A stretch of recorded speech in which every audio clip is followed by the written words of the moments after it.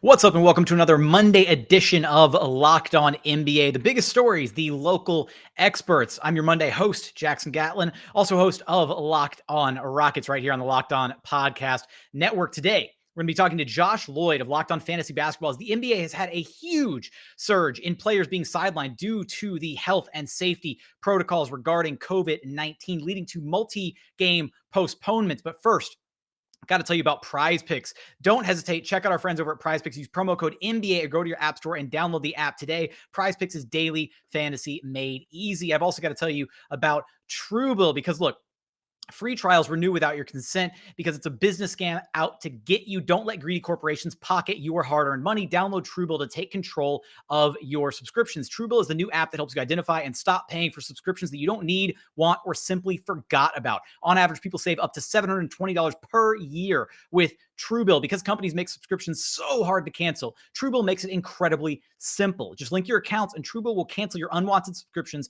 in one tap, one click, one button, one press. It is that easy. Don't fall for any more subscription scams. Start canceling today at truebill.com/lockedonnba.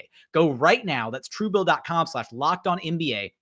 It could save you thousands a year. That's truebill.com/lockedonnba. Joining us now is Josh Lloyd, host of the Locked On Fantasy Basketball Podcast. Josh, just when you thought you were gone from Locked On NBA Mondays, I come dragging you right back into the mess to talk about what's going on with the NBA season. Yeah, it's hasn't been long since I've been off, but I am back now on the other side of the microphone, Jackson. How does it feel? I got to ask you, how does it feel to be on the other side of the microphone for one of these? It's pretty weird. It's pretty weird to be interviewed on a show that you hosted for about 4 or 5 years, but here we are, ready to do it, ready to put this hat on. Well, I mean, it's as good as time as any to bring you back in, because right now the NBA is dealing with rapidly spiking health and safety protocol cases around the league wide.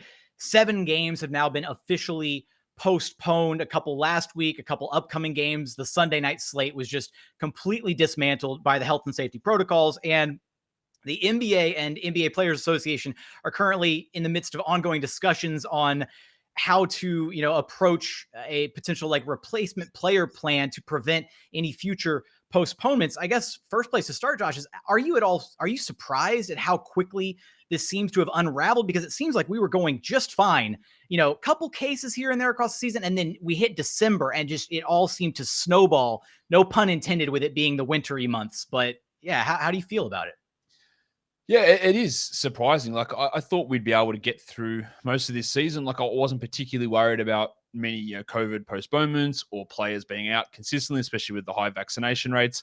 But I think what's happening here is you're getting a player test positive, and then they're picking up a whole bunch of asymptomatic players who are testing positive but don't have those symptoms. And because you get one player on a team, then they institute increased testing protocols on that team and finding those guys. I don't know what they're going to do with it, though, because obviously there's cases spiking all over the world at the moment. But with so many of these guys not even suffering any symptoms, like at some point, this pandemic is going to have to become endemic, and people are just going to, if they're dealing with no symptoms, I don't know if you can just continually have all these guys sitting out for this period of time. I don't think it gets solved by signing G League guys in to fill those gaps. Yeah, that we're going to talk about the specifics of the replacement player plan and whether or not that's, if it kind of just sounds like a Band-Aid fix, honestly, at this point. But, as far as the decision for the league, because that's kind of just the question mark right now, is this week especially looking very rough. Should the league consider, any type of a brief shutdown to get players to isolate, regroup, and then come back? Is it the right decision to just try and, struggle on through this and just see where it's going to take us? I don't know if you can say right decision or wrong decision. I don't think that pausing the league, as so many people tend to be throwing out there, I don't think that's going to do anything. I don't think it's going to happen for a start, but what are you going to do? Like have every player, every staff member, every employee lock themselves in a house for 2 weeks? I just don't think it's going to happen. I don't think that players are not catching COVID in the most part from playing. Like it's from other things they're doing as well. So you can stop games, but that means they have to stop their entire life for 2 weeks. And then when they come back, why won't it start back up again? Like how does this It doesn't solve the long-term issue with this unless they're just going to be locked in their houses for the entirety of the season. I don't think a 2-week pause does anything apart from create more problems. You've got to find all those extra dates, which are not easy to find in terms of making up these games.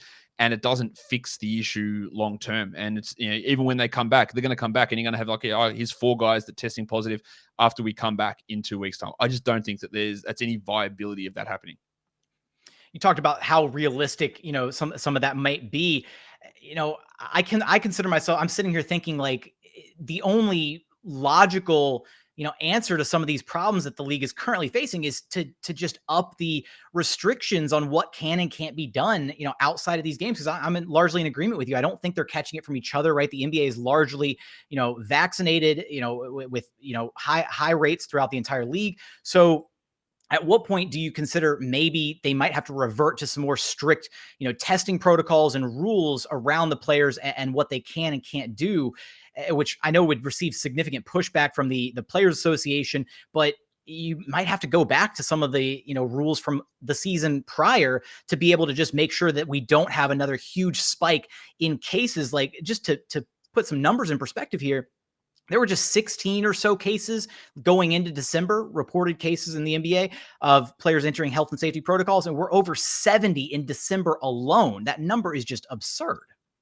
Yeah, it's a huge number. Now, I think there is some merit to increasing some of the restrictions on players. They may push back on that, but they're also not going to enjoy having to sit out 10 days at a time. So that's the sort of thing that's going to impact them. And I think there's some trade-off there, not like you're locking them down completely, but reducing what they do on the road, all that sort of stuff. There's going to be that. But in terms of increasing testing, I don't think that actually fixes the problem. I think that creates more of those issues because you're going to pick up way more asymptomatic cases and have more people actually sit out of games when and it lead to more of these replacement player things. Not saying that we're avoiding testing so we don't get positive cases, but increasing testing doesn't actually solve this issue of getting the players back into action. You talk about, obviously, so many of these cases are coming up and they're asymptomatic. I mean, how would we just have to sit here and think it'd be so negligent of the league to just say, okay, well, they're asymptomatic. They don't, they're not exhibiting any. So just let them go out and play. Like, I mean, that's not going to happen at this point. I mean, we're sitting in a situation where it feels like there's no right answer, right? Yeah, that is how it feels. It feels like there is nothing you can do that's going to be 100% right. But you talked about, they're not going to let these players play who are asymptomatic. The NFL is doing it now. Like, they are, if you are asymptomatic and vaccinated, you're not getting COVID tested, even if there's like contact or anything like that. So they're pushing through, basically saying, well, this stuff is endemic. If you've got symptoms, then don't play. But they're pushing towards treating it more like someone's got a standard cold or a standard flu, obviously with the increased risk. But they're actually reducing testing on those asymptomatic players. Does the NBA follow that route? There might be some pushback, but if the NFL is already doing that, I think they might end up doing that because, again, these are players who are not feeling anything from it. They're in contact with everyone in the organization has to be vaccinated. 97% of the players are vaccinated. If they're just passing it amongst themselves as unvaccinated and no one's feeling anything, then that might be the direction they have to go.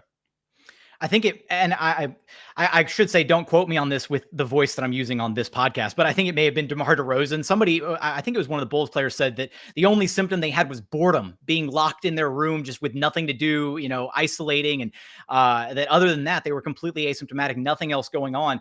We did hit very briefly on the, replacement player plan. In effect, the idea would be that, rosters, NBA teams would be required to have the 8 eligible players ready to go. And that could be some combination of, 10-day contracts. Basically, if you've got some combination of injuries or players in health and safety protocols, it's an idea and a plan in the works to potentially keep these games from being postponed. Josh, at what point do you have to look at that and think, if you're rolling like Kevin Durant and like 10, 4 other like 10-day contract guys out there, are you just at that point, like, you're kind of limping a product out there that's not exactly what the consumer is used to?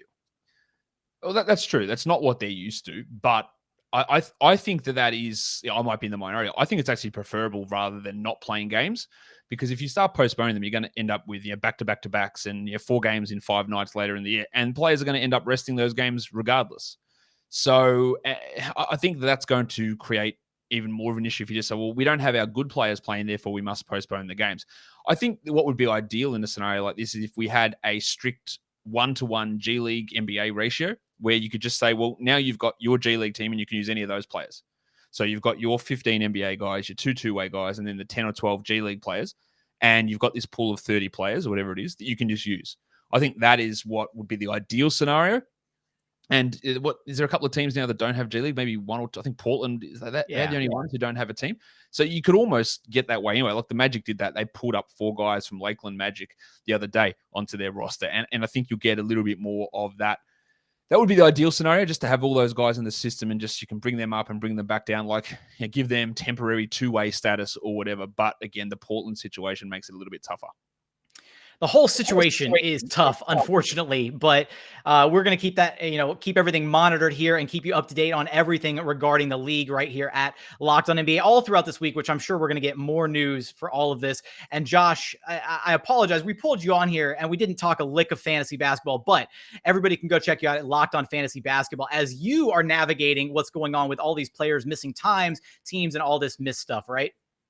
Absolutely. It's there's always stuff happening up to the date, up to the minute stuff. I'm doing live shows to try and keep up to date with what's going on there as well. But yeah, check us out over at Locked On Fantasy. Josh, thanks for coming on Locked On NBA with me. No worries, mate.